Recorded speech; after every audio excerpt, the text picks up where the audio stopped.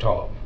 Today, I'm James Henderson, and I have Sean with me today, and Miss Kalisha with me. And our topic today is: should politics be taught at home? And I'll be the first to answer that question. Now that I've gotten older and have a better understanding about politics, I would say yes, most definitely. Simply because, if nothing else, what we put into policy and law today affects my children, it affects my grandchildren. So, which one of you would like to start off first on dealing with that topic? I start off. I feel like usually, like when you're younger, you don't think about how politics affect your community. You'll see like when I was younger, they shut down all of the community rec centers, and like if it's nothing, idle time is the devil's playground. Right. So if you don't have things to do, you find things to do. Some of these things may not be great, and that's probably affected by politics. But when you're young, you just know that the rec centers is closed down, and let's throw some rocks, or Right. do something like that. So I think it's definitely something that it's kind of like wealth building. If you learn how to save your money when you're young, then you're gonna know like how credit affects you when you get older, and you won't get into traps where like credit cards and things like that. Right. I think it's the same thing with politics. If you understand like voting will put certain judges that have certain agendas, or are loyal to certain bases in office, and if you don't vote, then you will still be affected because the people are going to get in office anyway. But if you do vote, maybe you can sway things to your favor. Yes. Kalisha, what say you? Well, being a mother of a teenager and a 21-year-old, I don't think my oldest son had a clue about politics being taught in school or whatever, and I do think it should be taught at home. It's a part of life now, and it's important to know what's going on in the world and in the community, and to keep them involved so they'll know going forward, and make their own decisions as far as voting. My question to the panel is, should you force your children to have the same beliefs you have? So basically, if you are an independent Republican or Democrat, should you force your children to have the same beliefs as you? And at what age will you, two-part question, and at what age would you sit them down and tell them why you believe what you believe in? No, they have their own decision, but we'll sit down and discuss it, each party, and I'll tell them my reasons why. And if they don't have the same, don't like the same party, we can discuss it. What age would you start that? No, it's a two-part question. Would you, to you, Mr. James, Yeah. would you force your kids to have the same politician beliefs as you? No, I'm not going to. I haven't forced them. I allow them, but I've always raised them to be independent thinkers. Number one, that's just the way I raise mine. But at the same time, when I did start talking to them about politics, they were teenagers or preteens. But they needed to understand what and why I was making the choices that I was making as far as who I wanted to vote for. You sit down and you watching the news, and they might hear me fussing and carrying on because I may not like what was said by President Reagan at the time when I was in school, talking with my mom and my siblings and everything, and talking with my family members and whatnot, as to why I didn't like the things that he did. It did work, as far as I'm concerned right now. the trickle down theory did actually work. May not trickle down as fast as we would have liked, but it did. It took time for it to take place, but it did work overall. But I think in your household, and your child better than anyone, and their mindset, whether they're mentally capable of being able to comprehend politics and get an understanding as to what's being said. And if they don't, they sitting down, you're gonna have to break it down to them. But you as a parent still have to learn, you yourself have to know and understand the topic that might be on the table at, while you're watching CNN or Fox or any of the other news channels. But it, like a lot of things in our society today, a lot of it begins at home. So for us to have a well-rounded children, we need to be able to hold those conversations with them, as tough as they may be, and as opinionated as parents can be towards their children. We still have to allow them to have an opportunity to say, no, I don't like. I prefer Trump over Biden. But that's their choice. But whether you agree with it or not, it doesn't really matter. You're having the conversation, and if you've been teaching them how to be independent thinkers, then if they disagree with you, then you're gonna have to accept that fact that they disagree. As parents, and we may not like it, but that is how you raised them. I mean, in my household, I was raised under a dictatorship. And I know, as society moves along, parenting and activities, kind of have moved along with it.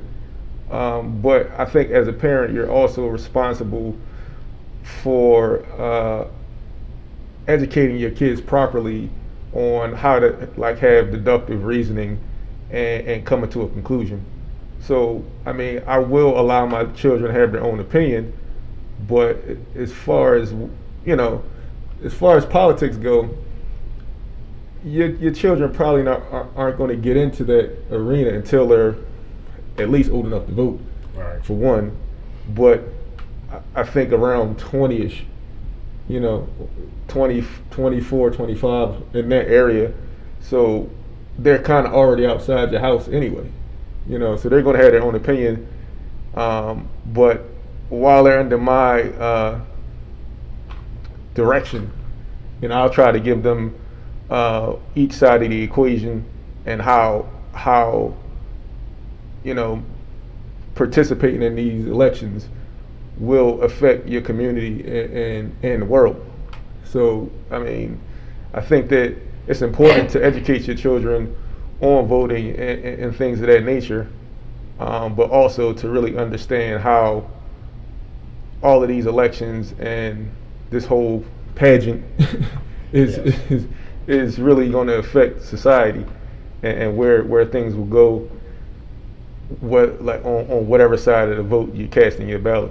Yeah. Okay, now how do y'all feel about when it comes to history in schools, the subject, and the teachers that teach, when they lean the kids a certain direction and the kids come home and question you on a one-sided teaching?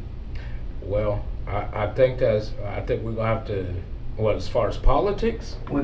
Politics. Okay, When because you got history teachers that try to teach it, but you can tell they teaching it on a one-sided, either right, Democrat or Republican, and your kids start to feed in to what the teachers are saying, not what home is saying. And you're asking how would you deal with that? Oh, well, no. Again, you got to, you still have to do your part as to, both sides of the coin, as Sean just stated, and be truthful with them. If you don't know, just let them know, say I don't know. But and if you disagree with the teacher, then you tell them that you disagree, and here's why. But these are the things that we have to be willing to be honest and not be combative. and go up to the school and get in the teacher's face, because you miseducating my child. But because we're all entitled to our opinions. But at the end of the day, you're giving them. You have to give them both sides. If the teacher gave one side, you're giving the other side. But at least then they can make their own decision based on that information. Now, what I was going to say, attached to that, one of the things as a kid for me growing up Saturday mornings was always, they had the ABC Saturday morning school things, and one of the things was they taught you about the bill, and my name is Bill, I'm just a Bill. And I don't know, the Schoolhouse Rock. If y'all remember that, and one of them was I'm just a Bill, and it told you the electoral process and the whole get down on how, and that was geared towards kids. But because you don't see that anymore, that helped you because be able to teach. It was a teaching aid. They were aid. And it helped you as a parent be able to, because now the kids have some questions about what is a bill, and this is what I learned just from watching this on Saturday morning cartoons. And I think there's a need for that now, because as you see, a lot of, because we have become so boisterous, even now, and you start seeing things even more, seeing it more when it comes to politics and whatnot, it's needed because the kids today don't understand it and don't see how their vote counts. And they may hear grandmother or grandparents or their older siblings or aunt and uncle or somebody saying that, well, it doesn't matter if I vote or not because my vote doesn't count. But we have already proven that your vote does count, because you saw the numbers that came out when President Obama was elected, and how it made a difference when Biden was elected. You still have folks on the other side of the coin who want to, speak against the results of this last presidential race.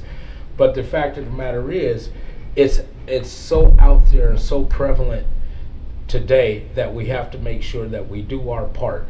And so I would recommend that if you can find Schoolhouse Rock on YouTube or something, you're gonna have to start showing it to the kids to help them understand some of the things that we are discussing here today. But not only that, it was also educational when it came to math. So these are the kind of things that we grew up on, and it was you learned. Yeah. And also when it comes to a teacher that's one-sided, facts versus opinion. Do the research.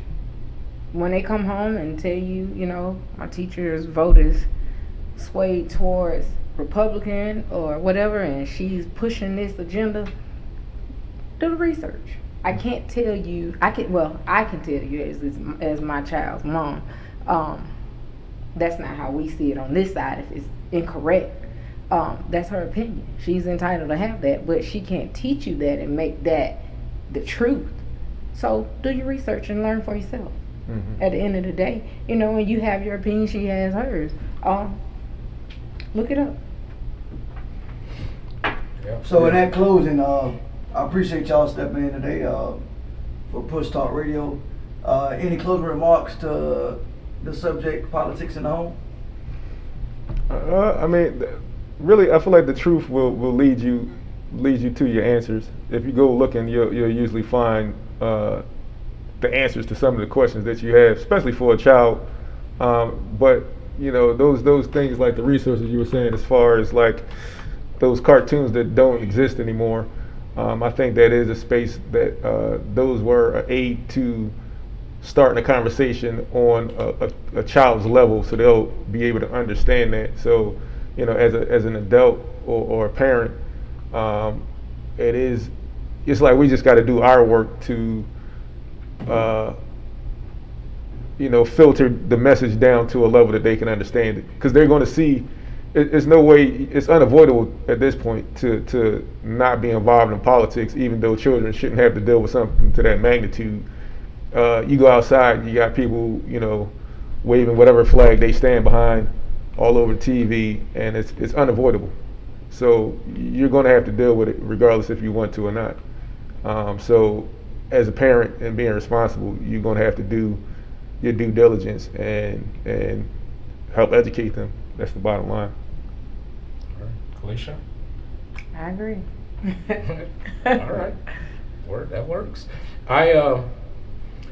In closing, I would just want to thank everyone here on the panel today, Sean and Kalisha, for joining me. Again, I'm James.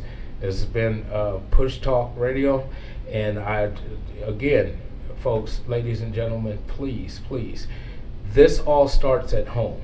Don't let the world dictate to you how you should be raising your children and when you should be doing it. You have your opinion on what and your beliefs. You need to start sharing that with your child, and do the research. And remember, folks, we're still trying to build better together to make this a better place for us to live in. All right?